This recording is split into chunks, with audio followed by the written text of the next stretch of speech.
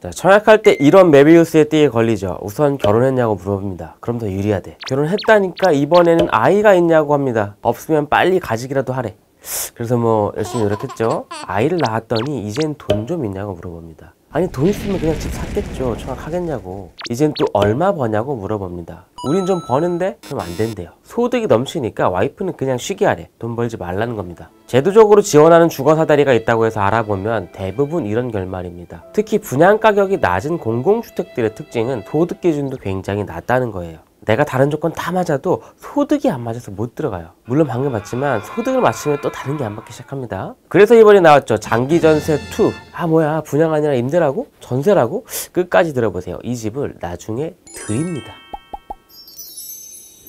기존의 장기전세는 최대 20년 동안 임대로 사는 집이죠. 그래서 이름에도 장기가 붙었죠. 시프트라고도 합니다. 근데 버전 2에선 이 개념을 조금 바꾼 거죠. 20년 동안 빌려서 사는 건 똑같은데 20년 다 살면 줄게. 시세보다 싸게 줄게. 이겁니다. 물론 조건은 있죠. 신혼부부. 여기 들어와서 아이를 낳고 사는 신혼부부. 제가 여러분을 위해서 희생합니다. 너는 반드시 살아라. 자, 자세히 좀 볼까요? 장기전세 2의 다른 이름은 신혼부부를 위한 장기전세예요. 청약에서 신혼이라 하면 언제까지입니까? 결혼 7년이네. 물론 공공에서는 예비신혼도 포함돼요. 여기 당첨되고 6개월 안에 혼인신고하면 됩니다. 근데 우리 처음에 메비우스의 띠, 펜로지의 계단 돌았잖아요. 이런 주거사다리 프로그램은 다 어디서 걸린다? 소득에서 걸러지죠. 아니 친구네 비하면 우리 부부 얼마 벌지도 않는데 정책 혜택은 받지도 못해서 열받았는데 보세요. 소득 기준이 넉넉해졌습니다. 면적에 따라서 120에서 150%까지 봐줍니다. 이건 외벌이 기준이고 맞벌이라면 더 많이 벌잖아요. 듀얼 모터를 돌리는 집은 소득을 조금 더 쳐줍니다. 예를 들어서 흥부가 전용 8사 아파트에 청약한다면 60 초과의 맞벌이니까 소득 200%까지 적용되는 거죠. 200%라는 건 전년도 도시근로자 월평균 소득을 말합니다. 작년 기준으로 2인 가구 월평균 소득이 541만 몇천 원 정도예요. 2배니까 1083만원 버는 맞벌이 부부까지는 청약할 수 있다는 거죠. 정리하면 부부 둘이 합쳐 월소득 1000만원까지는 장기전세 2에선 탈락이 아니란 얘기입니다. 보통 공공주택은 월 1000만원이라면 꿈도 못 꾸잖아요. 다만 이런 공공주택의 무서운 점이 뭡니까? 살다가 나가야 될 수도 있어요. 기존 장기전세라면 20년 동안 살 수 있다고 하더라도 10년 차에 어디 집이 생기거나 소득이 늘면 나가야 된다는 겁니다. 물론 일정 범위 안에서는 대신 임대료를 할증해서 살 수도 있고요. 근데 장기전세 2에선 아이를 낳으면 마법이 일어납니다. 재계약할 때 소득 기준을 20%포인트 완화해줘요. 아까 흥분해가 전용 8사에 청약할 때는 맞벌이니까 2인 가구 월평균 소득 541만원에 200%, 1083만원까지 된다 그랬잖아요. 여기에 20%포인트를 더 주면 2배가 아니라 2.2배까지 된다는 걸까요? 아니죠. 흥분에는 아이를 낳았으니까 3인 가구가 됐을 거 아니에요. 3인 가구의 평균 소득은 719만원입니다. 근데 아이 낳자마자는 맞벌이가 아니라 흥부 외벌이겠죠. 그럼 200%가 아니라 150% 기준이 되겠죠. 여기에 20%포인트를 얹어주는 거니까 719만원에 1.7배, 1222만원이 되겠네요. 아니면 말고.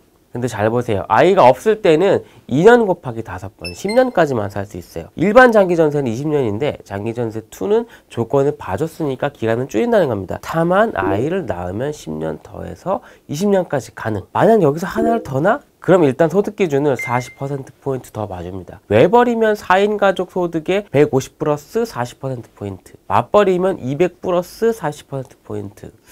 애 둘인데 맞벌이면 아이는 누가 키우는 거죠? 자, 이제 핵심이 나옵니다. 2자녀부터는 그냥 조건만 좋아지는 게 아니라 그 집을 살 수 있게 해줘요. 20년 임대 끝나면 님 가지세요. 물론 돈은 내시고.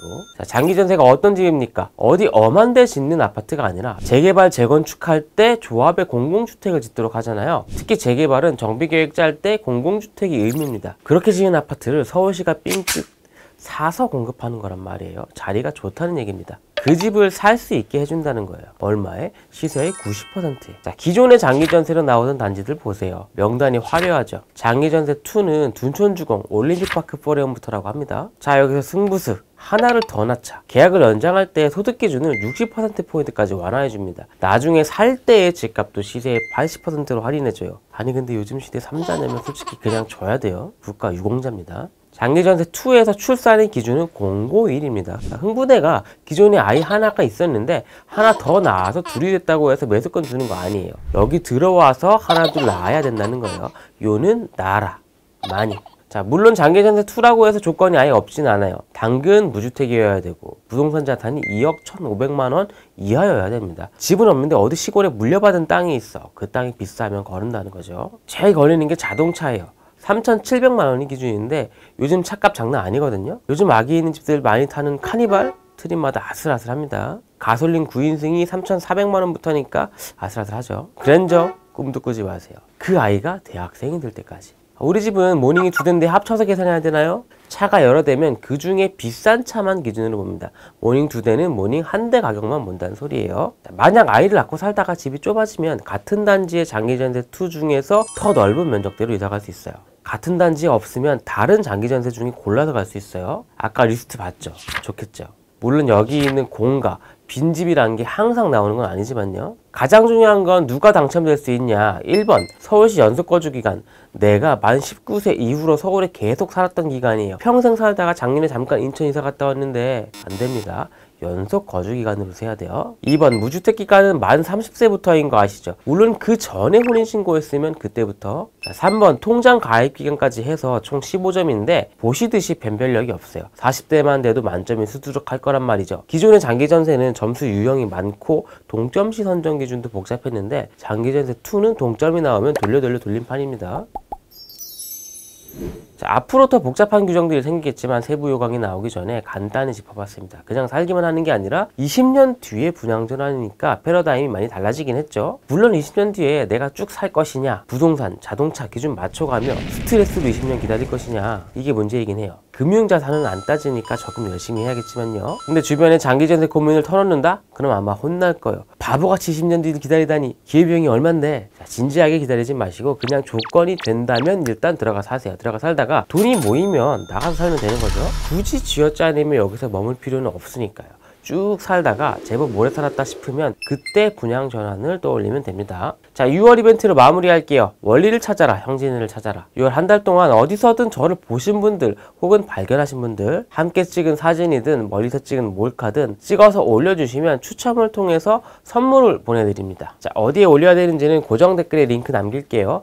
참고로 함께 찍은 사진은 여성 무대,